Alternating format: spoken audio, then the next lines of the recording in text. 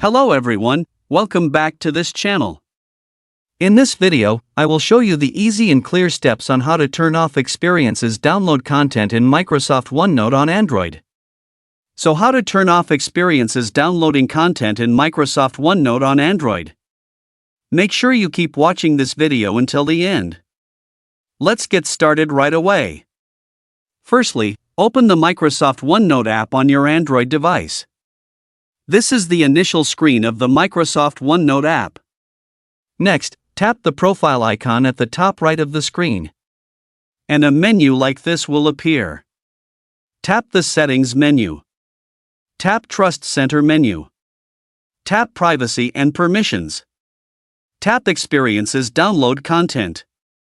So that's it, tutorial how to turn off experiences download content in Microsoft OneNote on Android. Thank you for watching. I hope this video was helpful. See you in the next video.